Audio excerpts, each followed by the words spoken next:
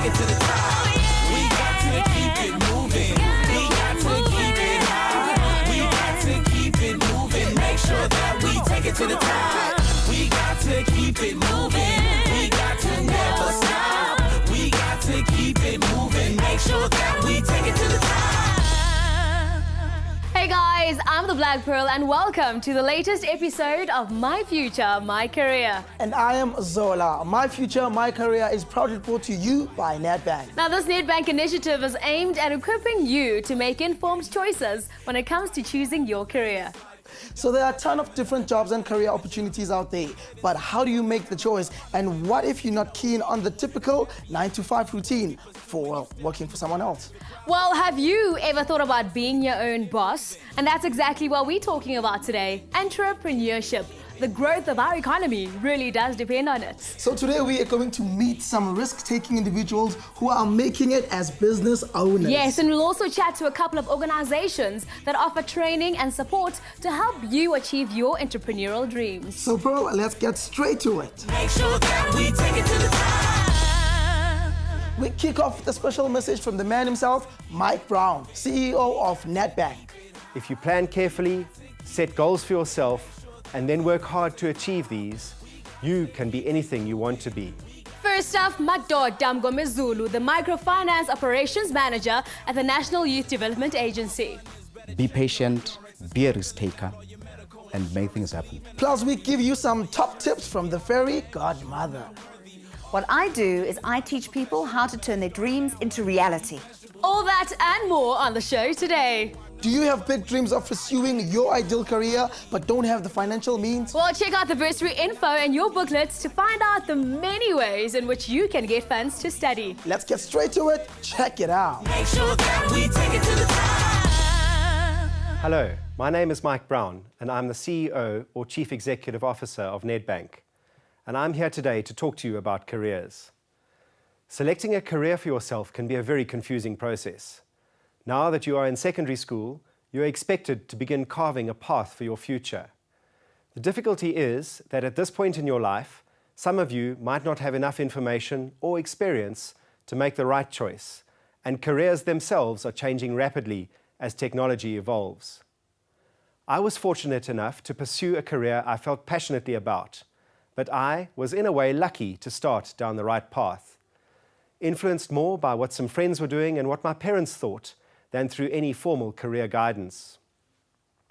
After school, I completed a Bachelor of Commerce degree, followed by a diploma in accountancy, and finally qualified as a chartered accountant with Deloitte in the early 1990s. After 17 years in the banking industry, I have achieved a milestone in my career, to have the privilege of leading a proud organization that traces its history back to the 1830s. I say fortunate because I believe that I am the exception, not the rule. To help you become the exception and not the rule, we have launched the My Future, My Career initiative. Through a series of interviews with industry professionals and educational specialists, we hope to paint a clear picture of a wide range of careers available to you, so you don't just follow your friends like I did. To complement the series, we will also be providing each of you with a booklet containing national curriculum information, career information, places to study, and bursary information.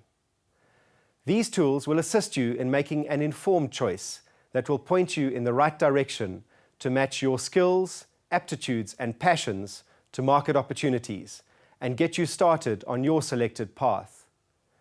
Nedbank's slogan is "Make Things Happen." This applies not only to the bank, but to each of you in your own lives.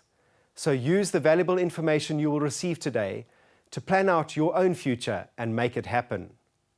If you plan carefully, set goals for yourself, and then work hard to achieve these, you can be anything you want to be. Take every opportunity you have and don't be afraid to be ambitious. Who knows, you may even be the CEO of Nedbank one day, or maybe you have already set your goals even higher. Keep it moving, make sure that we take it to the top.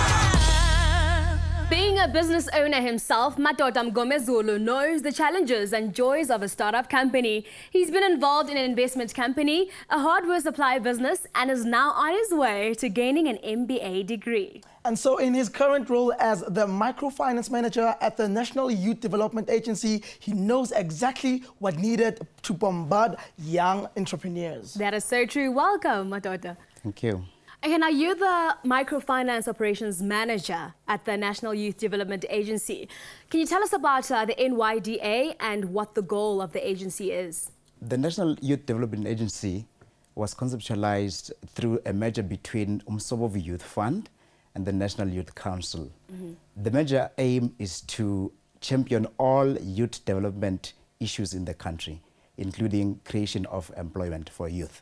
Now, what is the specific focus of the microfinance division? The microfinance division is aimed at giving loans to young people from 1,000 to 100,000 for startup businesses or expanding their existing businesses.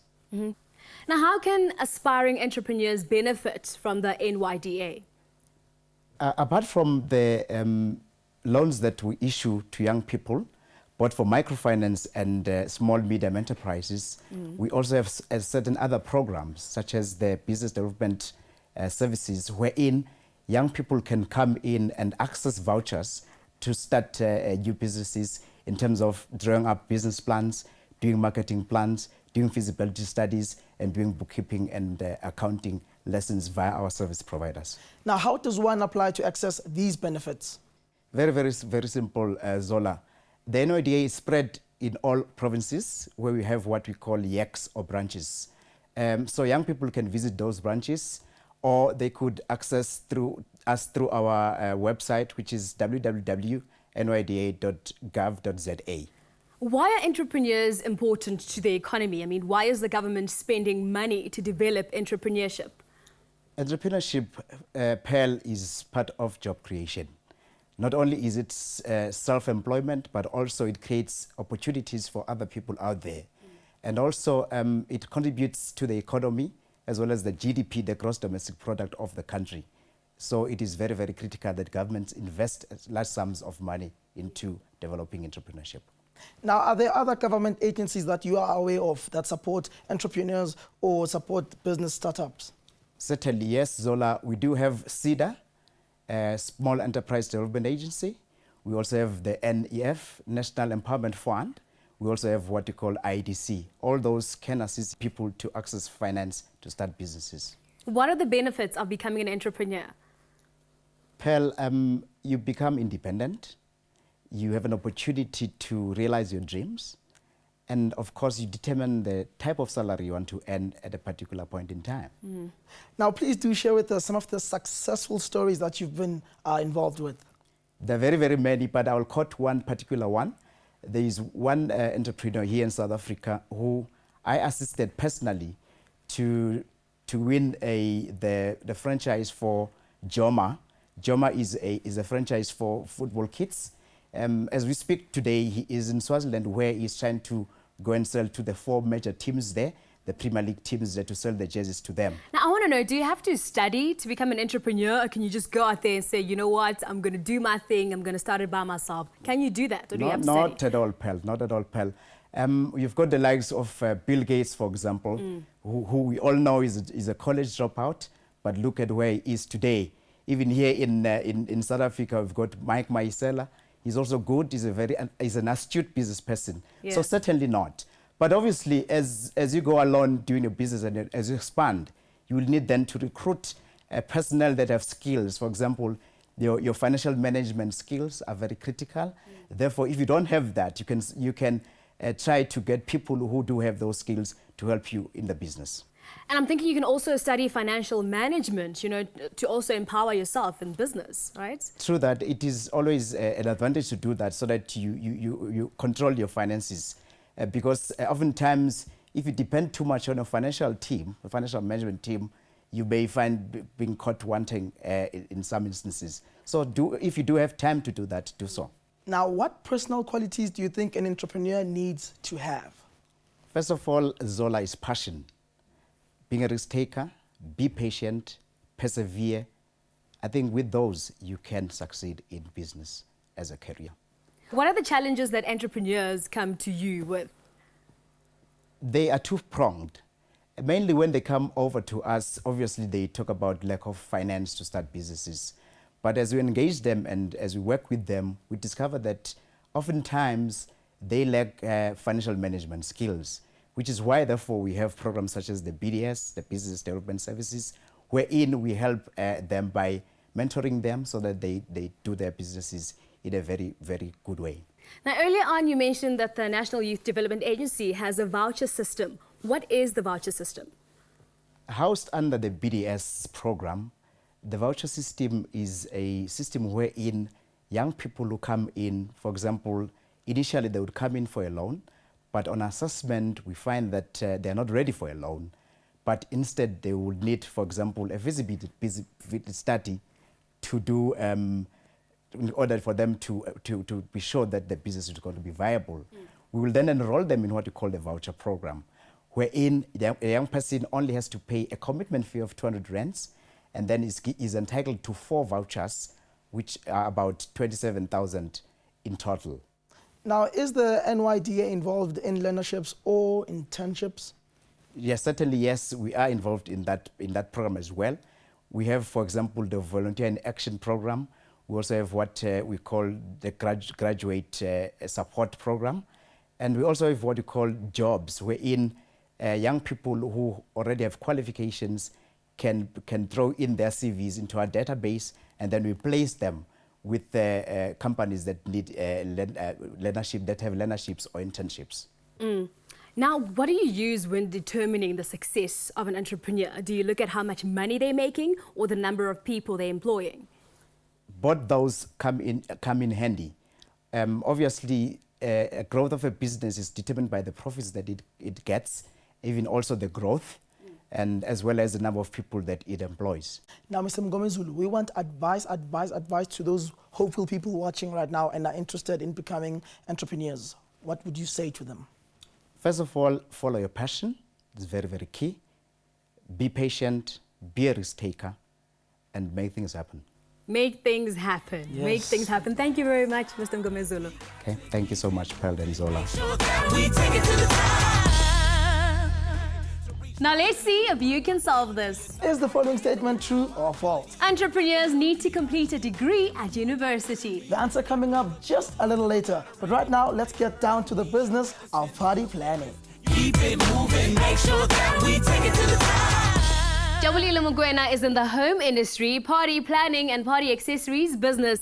She has a shop in Attridgeville, a township located on the west of Tshwane, and is about to open another store at the Sammy Mark Square Shopping Centre. Yes, indeed. Now, after working in the hospitality and catering division of the South African Air Force, Jabulile Mugwena saw an opportunity to take advantage of her expertise and started catering at family and friends events. So from party planning to opening a new store, Jabulile Mugwena is really making things happen. Welcome.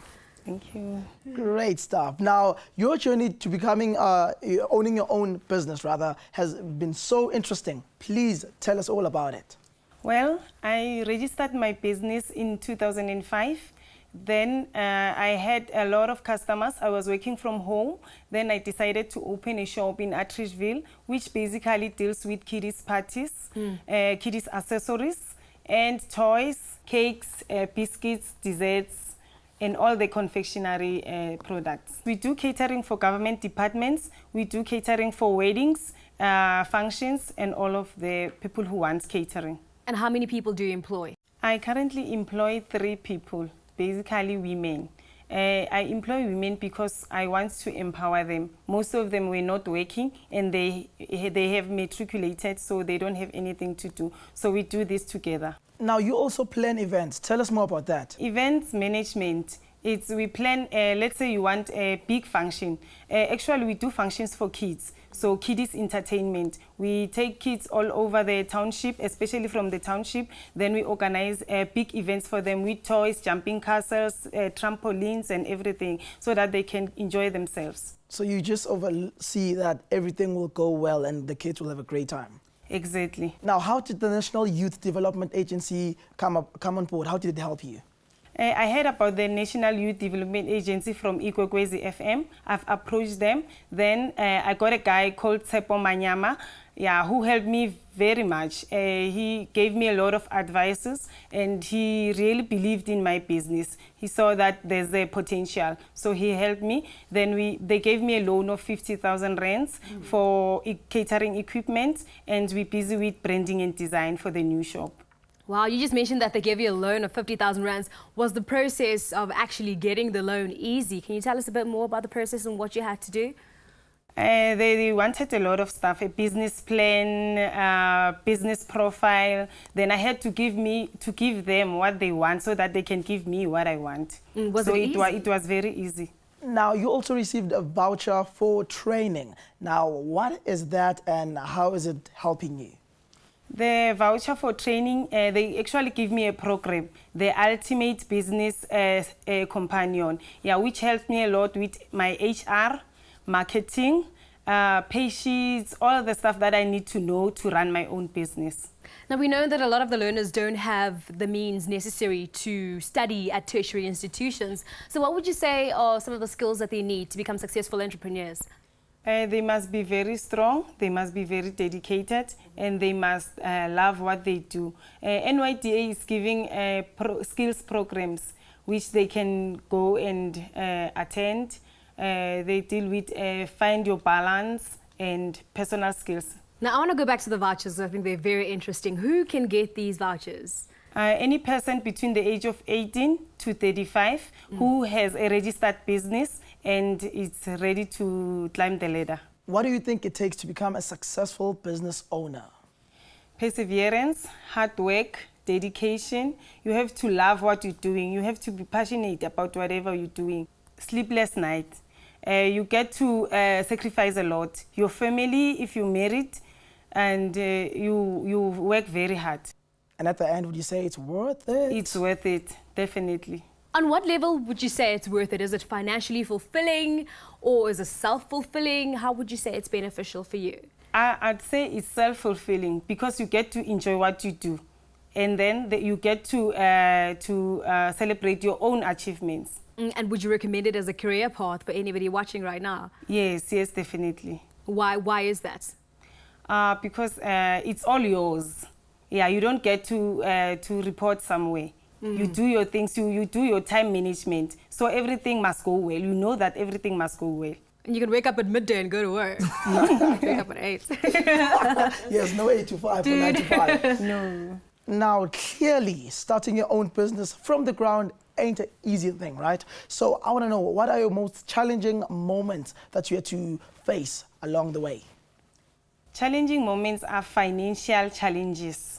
If you don't have financial stability, then it's very difficult to establish your own business. So luckily, I'm married, my husband is helping me, and I had a friend who helped me very much. And what advice do you have for learners who are watching right now and who are interested in starting their own businesses? What I will say to them is that they must believe in themselves and they must have courage. They must not be easily discouraged. And if they set their mind into something, they must do it, go for it. It's not easy, but it's worth it. Sister, what do you wish you had known before you ventured into your own business? Because I deal with customers, I wish I had known that customers are very difficult. There's a saying that says a customer is always right. So as a businesswoman, I'm always putting my customers first. I do things over and above for them. Whatever they want, I deliver.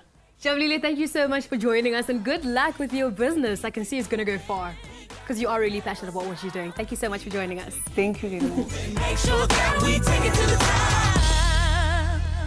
After the break, Taddy Blecher from the Branson School of Entrepreneurship. All of that right here on My Future, My Career, brought to you by Nedbank. Make sure that we take it to the top. Our course wasn't perfectly trimmed. There were no greenkeepers, or sprinklers, or even grass for that matter. On our course, the hazards were real.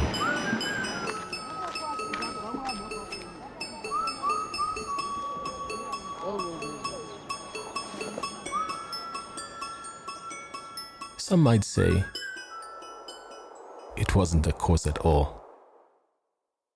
But when you've played where we have, you know the true value of those who can make things happen.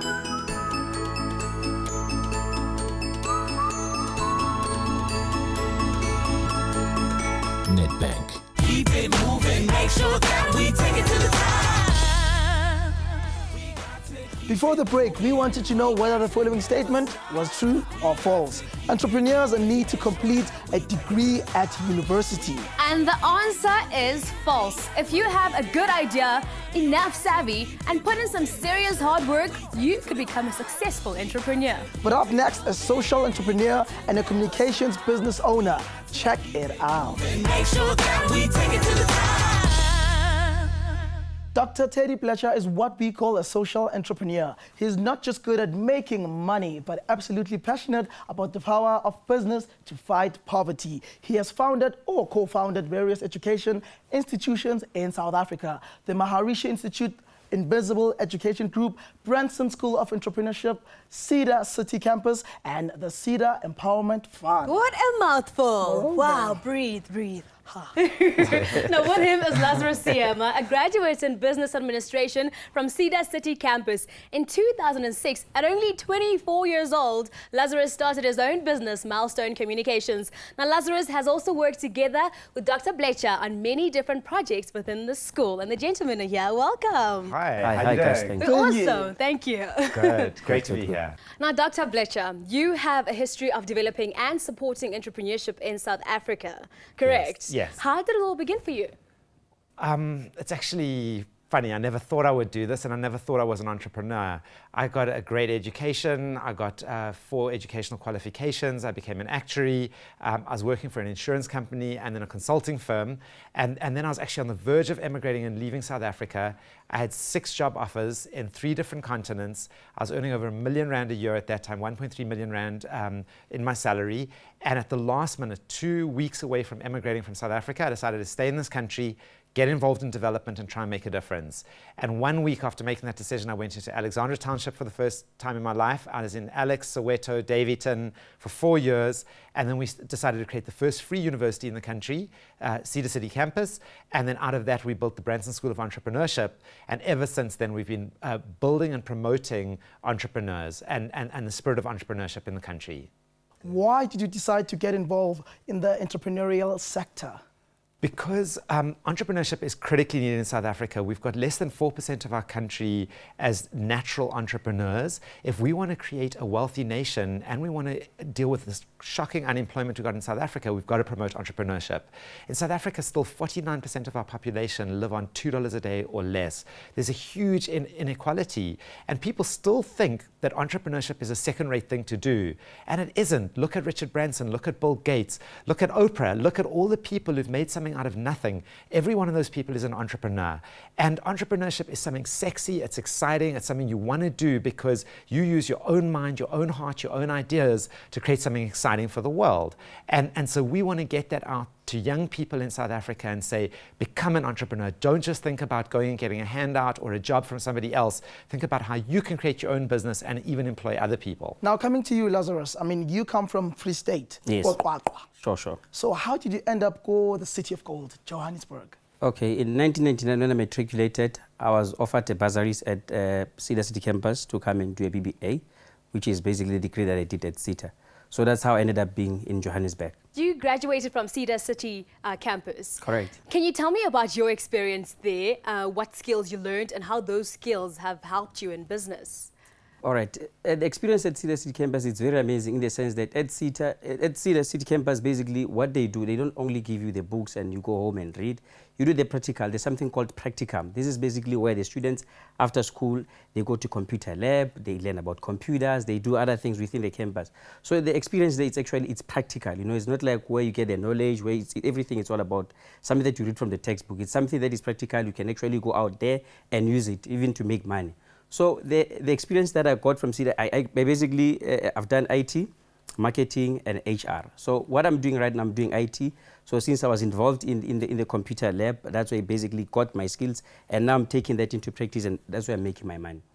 Teddy, you define yourself as a social entrepreneur. Yes. I want to know what that is. What is a social entrepreneur? Okay, a social entrepreneur is also a crazy person who wants to build new things, but not so much just to make money for themselves or their shareholders, which is a wonderful thing to do, but is actually trying to bring about social change in the country. And so when I decided not to leave South Africa, I wanted to make a real difference. And I started to think about how could we revolutionize education? How could we change the situation where so many kids drop out of school? And how can we make sure that when they leave school, we can start, give them access to proper quality university education. So when we came up with this idea, why don't we start South Africa's first free university? Everybody said we were crazy. When we went to the government, they said, you can't do it, because we give hundreds of millions of rands to Wits University and UJ and UCT, and you still charge your students, if you Wits University, 20,000 rand a year, 25,000, 15,000 in some of our universities. How are you going to provide free education and the government doesn't give you any money? And we had no buildings, we had no books, we had no money, we had no accreditation, we had no curriculum, we had no teachers, we had nothing. So that's what a social entrepreneur does. So we start, thinking every single day, how are we going to get buildings? How are we going to get books? How are we going to get teachers? How are we going to get, money and all this kind of stuff? Because people out there in South Africa need access to education. And that was what we set out to solve. And that's what a social entrepreneur does. And now looking back 10 years later, we've created 5 free access higher education institutions. We've educated well over 5,000 people who had no money, who've gone through business degrees and diplomas and certificates. And those graduates are now earning between them well over 200 million rand in salaries.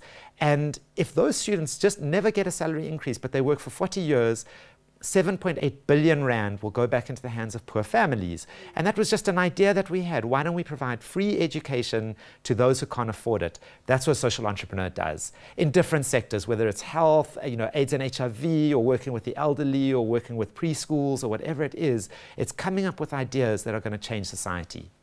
Now, Teddy, amongst other things, you were instrumental in the establishment of the Branson School of Entrepreneurship. Yes. Can you tell me more about the school and what the objectives are? Great. It's a very, very wonderful and exciting story how we started the Branson School of Entrepreneurship.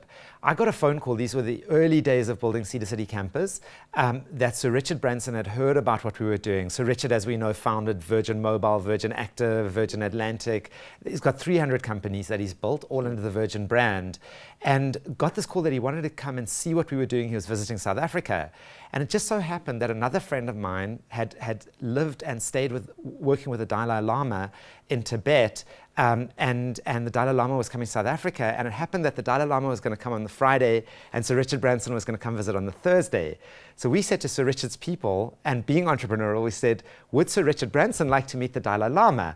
And so we're this tiny little non-profit now introducing these 2 giants, and he said, oh, absolutely, I'd love to meet him, and we acted like, this kind of thing happens to us every single day. And so he changed his whole schedule, and then we had breakfast in the morning with 1,000 guests with Sir Richard Branson, followed by morning tea with the Dalai Lama, and it was probably the best day of my life. And in the end, there were no chairs because all the chairs had been taken. So Sir Richard Branson and I just sat at the feet of the Dalai Lama, and he was so inspired by all the wonderful things the Dalai Lama was saying that on the way out, I was thinking, there's no way we're going to let this billionaire out of our building. We've got to get something out of him. And I was thinking, what are we going to ask him? Suddenly get this idea, we want to start a school of entrepreneurship and name it after Sir Richard. And he had never used his name on anything. He had only used the name Virgin. We didn't want to start a Virgin School of Entrepreneurship. So we basically, on the pavement outside, he's about to get in the van. I said, Sir Richard, we've always wanted to start a School of Entrepreneurship. I thought of it about 2 seconds ago, named after you. Can we do it? And after listening to the Dalai Lama all this time, he said, absolutely, you can do it. He couldn't say no. And since then, he has, put millions of rands into the school. We built the school together. It's now funded a number of businesses. He also helped us, and we've been many times to England and have built a 10 million rand seed fund so that the entrepreneurs coming into the school can access funding to start their business. And it's actually been a wonderful story. And Lazarus is one of the students who has been through that school, but there have been many. And the school's based in Joburg. So, people who want to get into entrepreneurship, that's what the school is about. And what would you say takes to become a very successful entrepreneur? One word, which is persistence. You've got to be very, very focused on your goal and never give up on it. You've got to be passionate. So an entrepreneur, I always say, is like somebody with light in their eyes. It's somebody who's got an idea, and if they're going to find you in a dark alley, they're going to take you aside. They're not going to mug you, but they're going to like try and sell you something or sell you a concept or something like that. And it's really that desire to make a difference with your product or service that is what an entrepreneur is about. And then they breathe that thing, they eat that thing, they sleep that thing. Entrepreneurship is not a 9-to-5 job. You don't go home and just go to sleep and like, even in your sleep, you're thinking about this idea when you're showering and you suddenly get a breakthrough and then you're like jumping around in the shower. That is what an entrepreneur does. Now, I mentioned earlier that you Yes. own a company called Milestone Communications. Correct. What is it that you do in the company and how do you do it? Okay, basically what I'm doing, I'm the MD of the business. As an MD, I source the business out there. I do all the finances, I sign all the contracts, and it's like a job, it sounds like a job, but it's even beyond a job, because you don't knock off at 4, you knock off at 10, sometimes you don't even sleep, because you have to keep things going, so it's a very, very challenging. Why do you think is it so important to get some training before starting your own business? Well, starting your own business is not an easy thing, especially if you don't have the knowledge about the business. Because what you need is to have the knowledge to say you must understand your market, your clients, and what you're doing. So if you have a knowledge, you have a strong backup to say, if I'm starting this business, you understand all the challenges that are coming. So you're able to tackle any issue that comes your way. Would you say, was it easy starting your own business, or were there some difficulties along the way? I wouldn't say it was really, really easy. It was difficult at first because I didn't know where to find this and to find that. But it was it was a challenge. But when you have the passion to start a business, you go out there on a daily basis to research. You have to do a lot of research to understand how things work. So as soon as I understood how things worked, so it was easy for me now to move around. Wonderful stuff, absolutely exhilarating. Now, Teddy, I want to know from you, would one need to have a big idea in order to have a big business, or can one become an entrepreneur in other ways? You can have a big idea, and obviously there are great entrepreneurs like Bill Gates who built Microsoft, and there are many, many other examples of that. But you don't even have to have your own idea. You can even take somebody else's idea. And ideas are out there, and provided you can freely find an idea that you like, even if you copy somebody else's idea and you do it well, you can still make a lot of money. So you don't have to be a genius, you don't have to be an inventor, you can still become an entrepreneur. Is innovation a big part of entrepreneurship? Again, innovation can be a part of entrepreneurship, but it doesn't have to be. If you're an innovator, it means you come up with like a new way of doing something, a new process, a new product, some kind of new system that you can then turn into a business. And that's wonderful. Like maybe, when 3M invented Post-it notes and they, came up with that idea, or there's so many different ways. Richard Branson now is coming up with the idea of rocket ships that take people into space called Virgin Galactic. So that is a real innovation. Sending somebody into space, you cannot say it's not an innovation. It's a big innovation. But not everyone is going to start a business sending people up into space. You might just come up with an idea of how to create like a new kind of like IT firm or internet cafe, or there's so many ways you can think about business. So you don't have to be like, a total innovator to start a successful business and to make money. I think it's more like what Lazarus was saying. You do need to be passionate. You've got to, you've got to believe in your idea, and you've got to be able to convince other people about your idea. That's what it takes to be an entrepreneur. Now, young people as young as primary school level already know that they want to be doctors, they want to be teachers, they want to be this and that. When did you know that you wanted to be an entrepreneur?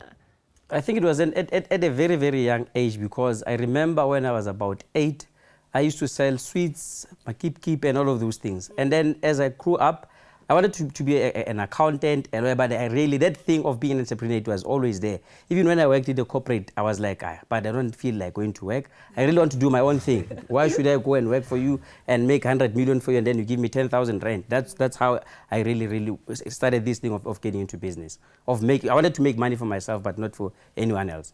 Now, to both of you, I want to know, what advice would you give to people watching right now and they want to start their own business? We'll start with you, Lazarus.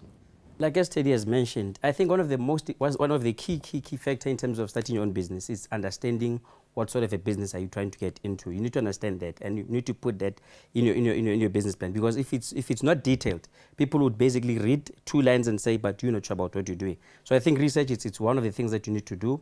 And like Casey has mentioned, you don't really need 100 million to start a business. You can start with 10,000 rand and grow your business, because when you start starting a business with a loan, you might end up working for 100 years to pay off that loan. So I think those are two important things that I can mention for now. What do you think? Yes, I think that there's some wonderful organizations in South Africa that are out there to help people build businesses. There's one wonderful organization that a friend of mine has been building called the Business Place, and they've got 12 sites throughout South Africa, and you can walk in. They're helpful people who will help you. They'll help you write a business plan. They teach you how to go for government tenders. They've got people that help with accounting and finance. They've got training and so on. So there are a number of places that people can go to if they want to learn to become an entrepreneur. I think the most important advice I'd give is don't become an entrepreneur just because you think I'm going to make money. You know, that's not going to motivate you enough every day. Think about the product or service that you love that can change people's lives and make lives better. And then every day when you wake up, you feel like I'm doing something good today. And I love what I do and I'm passionate about it. And that's what's going to keep you up at night when it's 12 o'clock at night and you're writing a government tender. And these things are big, fat, horrible documents that you've got to put together. It's not like a one-pager, you're going to just send it off. Somebody comes and they say, here's all this money. You know, you work for your money. But the point is, if you love what you do and you're passionate about your product, then people are going to buy into it. So pick an area that you really care about and then put your heart and soul into it. And that way you can become successful. Now, what are the biggest challenges our prospective entrepreneurs face in South Africa? Well, you've got to know if you're going to be an entrepreneur that there are challenges. It's not necessarily an easy road. But as Lazarus is saying, the rewards can be massive. Financially, huge fulfillment because you built something yourself, creating jobs for other people. So what do you got to expect? Firstly, you've got to expect that you've got to have a good business plan, a good idea and a good business plan. You've got to write up that business plan because you need to sell that business plan to people. So what you need to do is you have to know that this is like your tool, just this piece of paper. It's like when an architect's going to build a house. You know, no one else really visualizes that house, but the architect knows what that house is going to be. An entrepreneur, in writing up that business plan, they know what business they're going to build. They're going to see their business, they're going to see the buildings, the staff, the people, the products, the services, what they're going to be doing. Now you go out and you sell that piece of paper to people. So what are you selling it for? Because you want funding, because you have to buy, you know, raw materials, if it's a factory, whatever it is. So you're going out there and you've got to raise money. You've got to find the right staff and the right people to work with. And that's very important because people often think that being an entrepreneur is just go and get a lot of money. You know, go to a bank and, you know, or one of the, you know, places like the Business Trust or something else, and then they will give you a whole lot of money and you're just going to start your business. Business is not really about the money. Business is about the heart and the mind. It's about your passion. It's about thinking about your idea. Often people come to me and they say, I need R1 million to start my business. And when I go through their business plan, I say, no. You need 5,000 Rand to start your business, or you can start it for free. You don't actually need a lot of money. What you need is to think more about how you are innovating, how you're going to like tackle your target market, and so on. So all those things, like Lazarus was saying, you have to have an understanding of the field you're going to be serving your clients in. You have to write up that idea properly into a business plan. You go out and source the money you need, but don't try to get too much money, because if you get into big debt, you're going to pay that money back. It's not like they just give you that money and it's yours forever. Your business has to generate that money and you're going to pay that money back. So take the least amount of money you possibly can. Most of all, you need that passion and never give up. Never, ever, ever, ever, ever give up. If you're a true entrepreneur, you'd never give up. There are probably so many learners watching right now who want to access the bursaries that you spoke about earlier into the many different institutions. How can they go about that? Okay, well, that's really why we set up these institutions, is so that people out there that are passionate about getting an education, that even within that education, if they want to study entrepreneurship, they can, but they can get a business degree and then they can get access to certificates and skills and so on.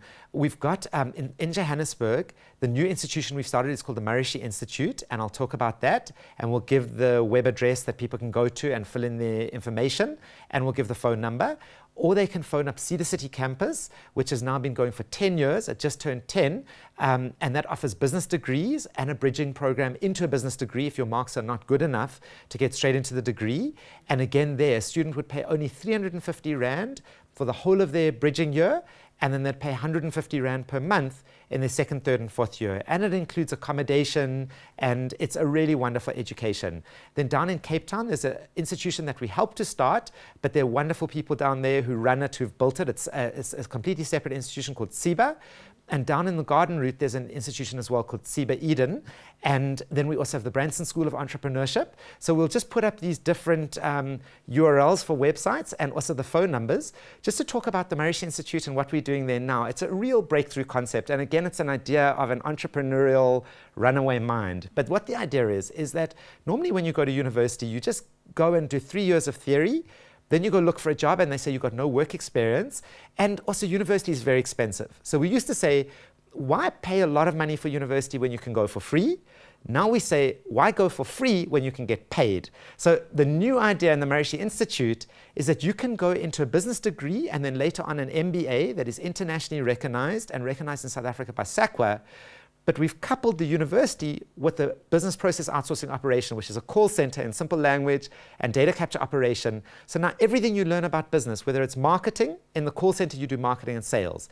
Whether it's finance, you learn about the finance of the call center. If it's HR, then the older students actually do the HR for the younger students. They recruit them, they do performance management and so on. You actually earn money now while you're at university. You don't have to pop out money. You earn money while you're at university, and at the same time, a very strong focus, that's why it's called the Maharishi Institute, on focusing yourself as a person.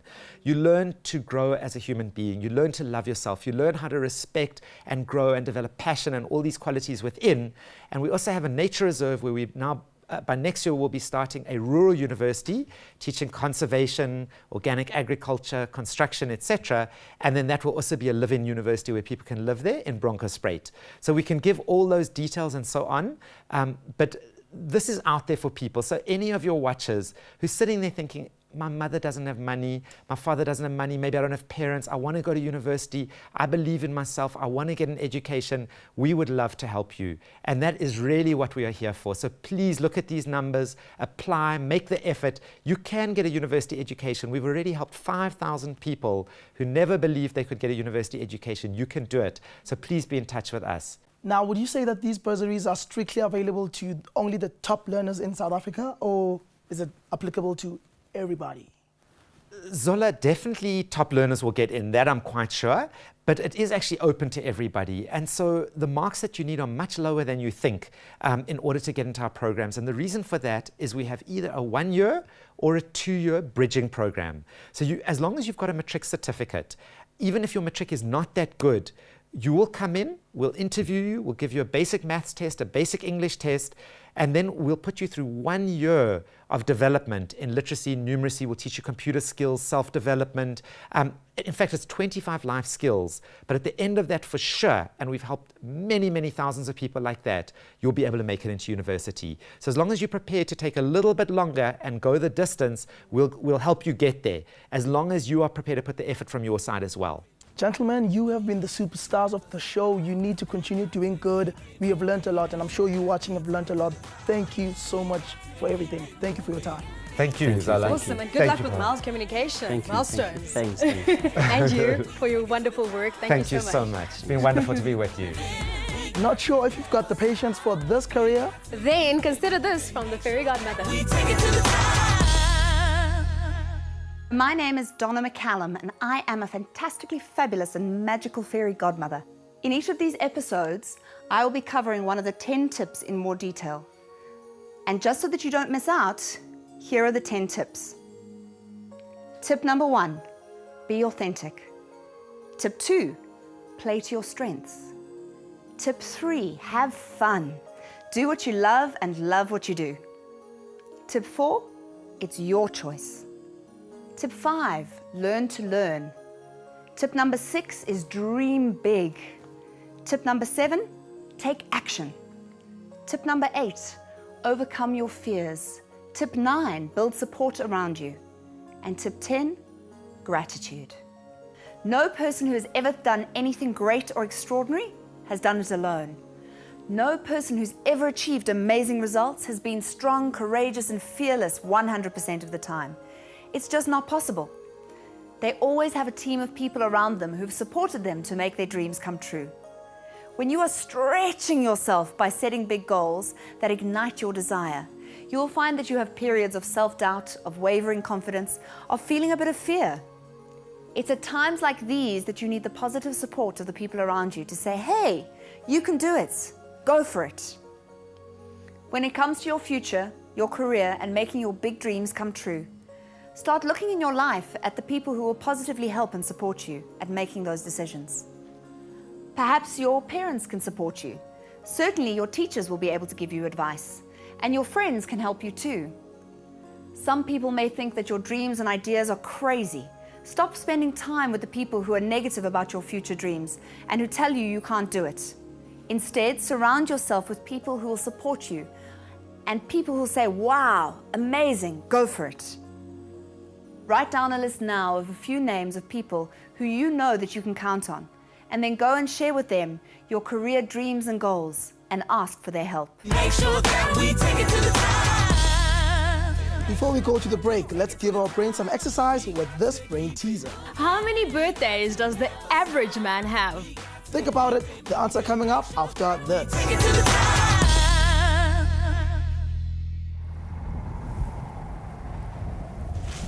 It's happened 600 times in the last century alone. When spiraling winds gather up water masses, it's a strange storm that follows.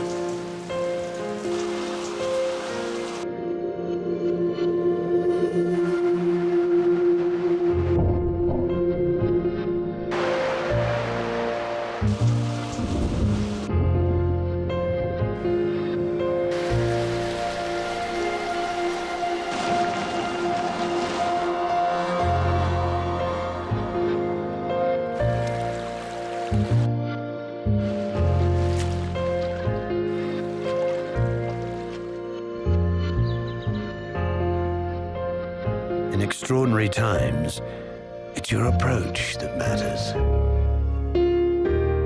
Nedbank Capital. Make sure that we take it to the top. After matriculating 8th out of over 100,000 matriculants in the Gauteng province, Yusuf Brandera Rees went off to study at Harvard. Obviously, Zola. After completing his honors in economics at Harvard and working at an investment bank in New York, he completed 2 master's degrees at Oxford University. Wow, Pearl, what a rap sheet. So once back on South African soil and with the experience of starting other successful non-profit organizations abroad, he founded the Away To project. Next to him is Away To entrepreneur Christopher Pinar. Since 2007, Chris has been selling various products from his home in Alexandra. His company, Straight To Your Door, is an innovative service in Alexandra that delivers bread and other products, just like the name says, literally straight to your door. Gentlemen, welcome. Thanks for having us. Awesome. Now, Yusuf, you studied at Harvard University in America. Can you tell us about your experiences studying abroad? Yeah, I mean, studying abroad was amazing, right? I grew up in Johannesburg. I went to Sacred Heart College and Observatory, and then Crawford I went to in Killarney. And a guy in the year above me, in fact, my co-founder of the Away To project, went to Harvard the year before me. And he told me about it and I went. And I think what's interesting about that experience from the perspective of Away To and what we're going to talk about today is that, you know, you get accepted to a place like that and you start to read about it. I'd never been to America, and you start to think about the people who've been there, right? And you think of people like Barack Obama, you think of people like Bill Gates, and you think, oh my goodness, these people are like superhuman, right? You could never be as good as those people, or South Africa could never produce people like that. And then you get there and you get settled and you get a bit more comfortable and a bit more confident, and you start to realize these people are not superhuman, right? There's a pretty simple formula that's being applied at a place like Harvard, and that's what they do there is they say, okay, we'll find someone who's got incredible world-class potential, we'll invest world-class resources in that person, and inevitably, basically, you end up with a world-class businessman, a world-class leader, a world-class scientist. Yeah. And so I started to think whether what happens at Harvard, that kind of use of talent, efficient use of talent, is happening in South Africa as well. And what struck me is that in some communities it definitely is, right? So, I mean, in some instances, we produce some of the best leaders in the world, some of the best business people. But in one community, it's certainly not the case. And that group of people in South Africa are some of the poorest people in South Africa. You know, the people, young people, for example, who are unemployed, young people who are working minimum wage jobs, people in general who are in that position. And there's 10 million people like that in this country. There's probably 5 million unemployed people, another 5 million in minimum wage jobs. And so if you've got 10 million people, I started to believe really strongly that you've probably got the same kind of talent that people in America have at a Harvard or in Oxford, and it's just being wasted in South Africa. People like a Barack Obama or a Bill Gates are sitting there and they're either unemployed, they're struggling to start a business, they're working in someone's house at minimum wage, and it's ridiculous. It's a waste for our country, right? And so that's why, because of my experiences at Harvard and at Oxford, I got convinced that there was this talent, and I wanted to come back and do something about it to help that talent to be productive in our economy. Now, Yusuf, after graduating, you came back home to the motherland and you started the Our Way To project. What is the Our Way To project and what do you hope to achieve with it? Okay, so the Our Way To project is a totally new approach to developing entrepreneurs from under-resourced communities. So what we say is we don't care if you have a matric, we don't care if you've had work experience, we don't care about really anything other than that you're a young South African and that you've never had access to systematic opportunities. So if you've been to a private school or you've been to a good Model C school, you probably can't apply to Our Way To. Once you meet those criteria, all you have to do is to outperform everyone else from your community, basically, on tests of entrepreneurial potential. So business simulations, teamwork exercises, all these kind of things. It takes about 6 weeks. If you do that, we will match you with a business opportunity, we'll invest in you, we'll train you as an entrepreneur, we'll give you mentorship, and we want to put you on the path to being as good of an entrepreneur as anyone else in the world. And so Chris is one of our first Our Way To entrepreneurs, and he's within that program right now. And why do you think initiatives like the Our Way To projects are so important? So it's critical, right? Because there's so many young people who are leaving school, maybe they don't have a matric, maybe they leave and they can't find a job. And in South Africa, we have to, people can't rely on the system to help them out necessarily. So they have to take responsibility for themselves. And that's why entrepreneurship is so important, because it allows people to take responsibility for their own destiny. I think Chris said, you become a job creator, not a job seeker, right? And that's what entrepreneurship allows people to do. So we're just a small program and we're just a small initiative. But what we're hoping to do is stimulate entrepreneurship more generally. So whether you're part of Our Way To or not, when you leave school, there's the option of doing something for yourself. You don't have to go and look for a job. You can become an entrepreneur. And an entrepreneur is not just someone who goes and tries to make money. An entrepreneur is someone who thinks about things in a certain way. It's someone who takes responsibility for themselves, who says, I see a problem, I want to solve that problem, and they think about how they're going to do it. And if they don't have the resources, they find ways to get those resources and they find the ways to solve the problem. And that can be in politics, it can be in the environment, it can be in social issues, and it can be in business.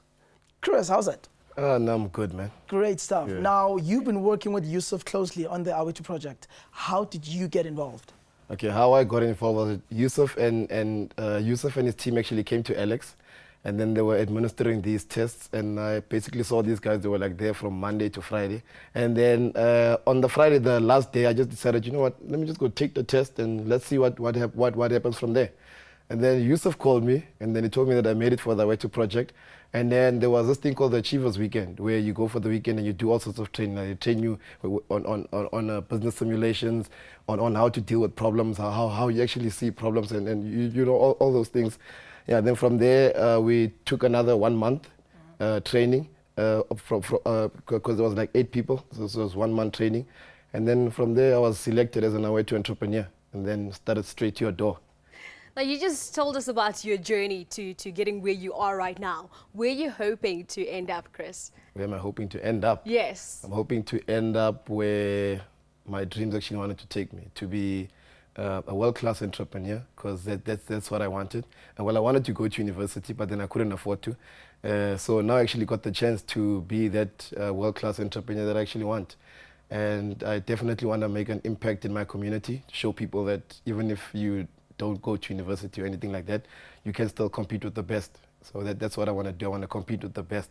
Now let's quickly touch base on the training that you give to budding entrepreneurs. Sure. So what we've tried to create is a real world business school, because I don't really believe in learning in a classroom as much with business, because I think business is about experience, right? So when Chris and them come into the office, we do have a 1-hour formal entrepreneurship training module, but more important is the work that they do all day on their business, right? So Chris is the CEO of Straight to Your Door. We support him to run that business, but really I think you'd probably agree that most of his learning takes place on the job. It's good to fine-tune things with the classroom stuff, but really as an entrepreneur, you've got to get out there and you've got to do it. That's what it's about. Yeah. And Yusuf, how's that going? I mean, what conclusions have you drawn from your experiences? Going amazing. I mean, we started in Alex and we started in Hillbrow. 1,000 people applied, and over 6 weeks we selected. So we really are looking for the best of the best. And Chris was one, and we selected 3 entrepreneurs, 3 out of 1,000. And so we put guys through multiple tests of potential, but I think the best measure that I have, the most objective measure of these guys' potential, is their IQ scores. So Chris scored in the top 3% in the world compared to an American norm group on a test of pure cognitive ability. How can you think, and how well can you think? Chris is one of the smartest people in the world. And so, I mean, but there's multiple measures of people's potential, but that's just something you can't argue with. And I think that just speaks to the kind of talent that's not being used optimally in South Africa. And so I'm enthused by this whole thing. I think that there's thousands of people like Chris that we need to go and support and have them contribute to the economy, right? To contribute just to South Africa, to building South Africa. But it's not only a matter, but as an entrepreneur, it's important to point out, it's not a matter of us going to find people. If you know you are like that, if you know you have potential, go and show people, go and do it for yourself. Yeah, so that's what we're getting out of Awethu so far. So now, what skills have you learned so far? Skills have I learned? Yeah. I learned a lot. No, the thing is, I learned a lot of skills, like a lot of accounting skills from these guys, how to basically see a problem. I've learned how to deal with people. I've basically learned how to be a bigger man than what I am.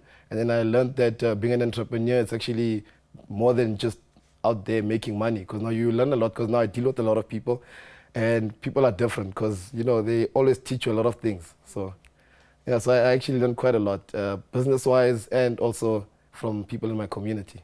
Yeah, so would you recommend the Awethu project to anybody out there, and why would you?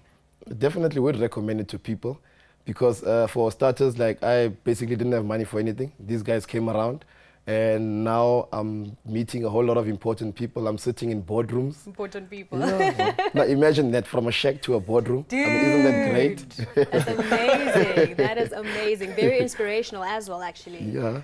And it's actually quite nice, because now you actually see all these important people on TV, and you think, hey, that guy must really be a great super guy. And then when you sit down and talk to him, you can find out, you know what, this is just an ordinary guy, man.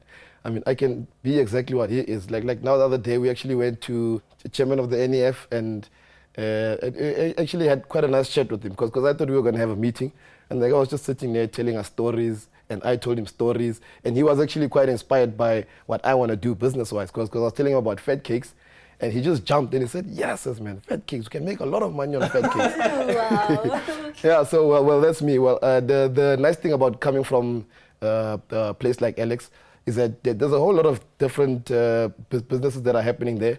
And if you can actually formalize all those informal businesses, I think we can make a lot of money. So I want to be in the forefront of doing all of that. And with Yusuf's help, I'm actually a few steps ahead now.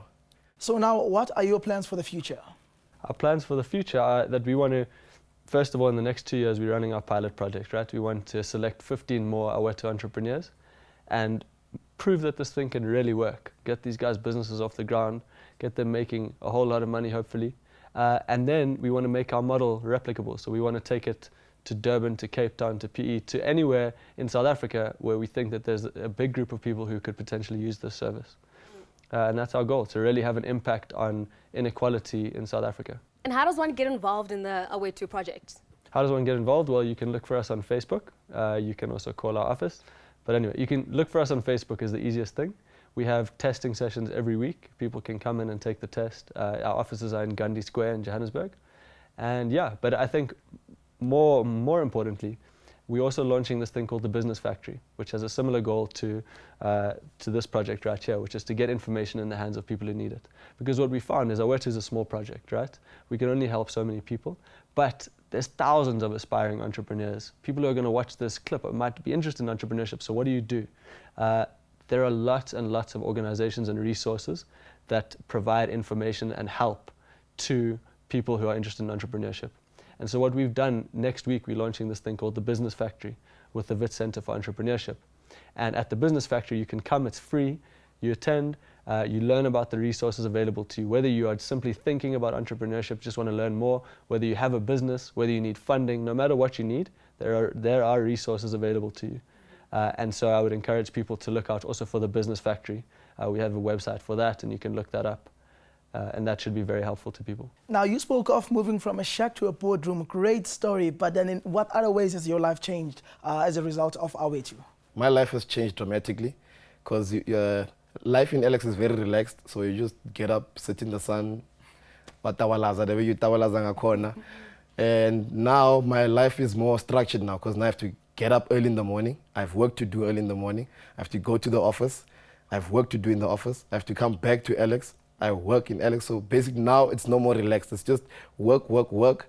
But it is not all that doom and gloom because while I'm working, I'm actually learning and I'm getting a lot of experience. And so my life has changed that way. I went from a relaxed lifestyle to a very to a very busy and very uplifting lifestyle. Yeah, and the years go by if you just sitting doing nothing. Yeah. Wow, we're all getting old. Anyway, I want to know, what advice do you have for the people watching right now who are interested in becoming entrepreneurs? Advice I can give to learners out there is that people tell you that you're from a previously disadvantaged background. I personally would like to disagree with that. I think that I'm from a previously unexplored market, and if young, inspiring entrepreneurs actually think of life that way, then I think you're basically 10 steps ahead of being an entrepreneur. And trust me, you'll see all the opportunities. There's a lot of opportunities out there. Being an entrepreneur, you need to know that you're going to hire people. And if you're going to hire people, you need to know there's people that are going to be depending on you. People need to feed their families, and they're going to look to you to actually feed their families. So which means responsibilities start getting high. So rather get used to it now. I mean, if you're getting angry that your mother's shouting at you because you didn't wash the dishes, man, now imagine if you want to be an entrepreneur. I mean, somebody's going to be very angry if they can't feed their family. So you actually need to learn that now. Do house chores, you know, tell your mother, you know what, I'm going to do house chores. And if I do house chores, if they're giving you allowance, you tell them, you know what, increase my allowance by so much. You know, all those small little things, that's what actually makes you an entrepreneur. You know, small things like that. Nice, and we actually take those things for granted. Yeah, but we don't get paid for doing the chores, that's No, the we thing. don't. It's, Have to. have to do it. But guys, thank you so much for joining us. It's been really, really lovely. I enjoyed it. Thanks, guys. Nice very much. Thank you. So before the break, we wanted to know the answer to this brain teaser. How many birthdays does an average man have? Do you guys know how many birthdays does an average man have? Any guesses, Chris? I think the answer is 1. You think it's 1. What do you think? How many birthdays is in celebrations? Just birthdays. How many birthdays does the average man have? Yeah, I don't know. I only had 1 in my lifetime. Probably go with 1. Well, the answer is 1, so you're correct. Yay! Oh. the average Joe has only 1 birthday, but then celebrates it every year. And finally, to complete our broadcast, we are joined by Ian Vandenberg, who is here from the University of Johannesburg's Psychological Services and Career Development Department. Ian will run through some tools on how to choose the right career. This week, Ian will also be looking at study and work opportunities for school leavers and the many options available to you. So listen carefully, this could change your life. Over to you, Ian. Make sure that we take it to the top. South Africa is a diverse country and we need a variety of skills. So we're going to talk about the different options available to school leavers.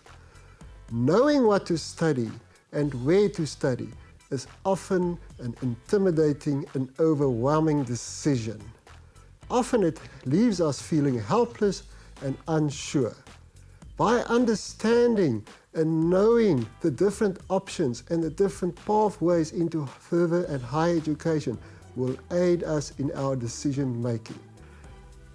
There are various institutions offering a host of different study options. For example, a degree, a diploma, or a certificate. On completion of grade 9, you have an opportunity to further your studies through a National Senior Certificate or a National Certificate Vocational. National Senior Certificate Vocational means that you'll pursue studies through vocational or technically orientated studies at a further education and training college. A National Senior Certificate means that you will pursue your school studies right through until grade 12. This is a very important decision regarding your future and implies an interest and aptitude towards training of a practical or vocational nature versus theoretical or academically based training. Public further education and training colleges strive to provide high quality education and training to help equip you with qualifications and skills that you need to start out on a chosen career path. You will gain invaluable life skills to meet the many challenges of the working world with more than just a qualification on paper. Technical and vocational career training is provided, working closely with future employers to ensure that your training will result in a successful labour market entry. The minimum further education and training college admission requirement is normally a grade 9 certificate or an equivalent NQF level, that stands for National Qualifications Framework Level of 1, or an approved bridging program designed for the specific purposes to access NQF Level 2. Or you can also consider options such as the recognition of prior learning, where you will be assessed if you meet the basic requirements to access the NQF Level 2. When you pass grade 12, you will receive the National Senior Certificate, also known as the NSC, which is your key into higher education. You can study at the following types of institutions. Firstly, you can consider a traditional university, where the minimum requirement is the completion of a National Senior Certificate towards admission. You will need to pass at least 6 of your 7 school subjects, including life orientation. You will receive an achievement point score based on your completed National Senior Certificate. The higher your APS score, the more doors may be opened and the more study opportunities will unfold. Every university has its own requirements for each degree or diploma it has to offer. It is important that you find out what the minimum requirements will be for the qualification that you choose to study at the institution that you want to study at. Please note, many degrees at university level do not accept mathematical literacy as an admission requirement. The minimum requirements for studying at a University of Technology will either be a National Senior Certificate, or in some cases a National Certificate Vocational will also be considered, based on the subjects that you've taken as well as the achievements in those subjects. Universities of Technology offer diplomas as well as degrees, the degrees being known as B.Tech degrees. These qualifications are practically and vocationally orientated in a variety of technical and professional fields. Training also involves work-integrated learning, which is an opportunity to find your feet in the world of work whilst you are studying. It is important for learners to note that a National Senior Certificate does not guarantee university entrance, and the following factors will determine whether you are granted admission into a chosen qualification or field at university. Firstly, the subject and learner choice or learner field choice that you made in grade 10. How well you performed in these fields during your final matriculation exams, as well as meeting specific admission requirements that might be set by different universities. Further opportunities that might be explored by school leavers include learnerships. Learnerships are normally offered by SETAs, the sectoral education and training authorities representing different industries in South Africa. For example, if you are interested in mining, manufacturing and engineering, the Manufacturing and Engineering SETA, or otherwise known as the MARSETA, could be contacted for further information. Some SETAs offer work readiness programs which typically prepare you for the world of work and add to your skills. As a psychologist, I strongly recommend that each learner and each school leaver considers further education after school. It is a known fact that there is a low demand for low skills and a high demand for high skills. I would like to quote Nelson Mandela in this regard. Education is the most powerful weapon which you can use to change the world. One example of an avenue to explore if you are not going to study after school or into the job market is to consider a gap year. A gap year entails the opportunity to get to know yourself, to see the world, to gain knowledge of the labour market. All this will enhance your knowledge and enable you to make informed decisions about your future. Examples of gap year activities may be participation in an exchange program, part-time work or even volunteering work, or even considering au pairing or an overseas holiday.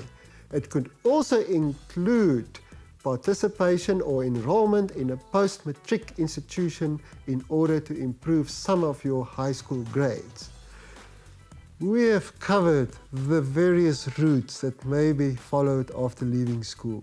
Remember, opportunity encounters the prepared mind.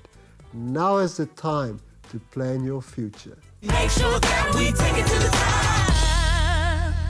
I'm certain that the information and tools that you have received today will make a positive difference to your future and your career. As you sit here today, your most valuable asset by far is your future earning stream, and that is your choice. My final advice to you is to use this information to the best of your ability. Go out there and ask questions, contact the appropriate people, investigate your options, and never give up. You are the master of your own destiny. Like Nedbank, you too can make things happen. Make sure that we take it to the top. If you enjoyed this broadcast, please speak to your educator to find out about the coming week's topics, and don't forget to register. Yeah, thank you so much for joining us today. We'll be back next week. Looking forward to seeing you. We got to keep it moving. We got to keep it high. We got to keep it moving. Make sure that we take it to the top. We got to keep it moving. We got to never stop. We got to keep it moving. Make sure that we take it to the top. We got to keep it moving. We got to keep it high. We got to keep it moving. Make sure that we take it to the top. We got to keep it moving. We got to never stop. We got to keep it moving. Make sure that we take it to the top.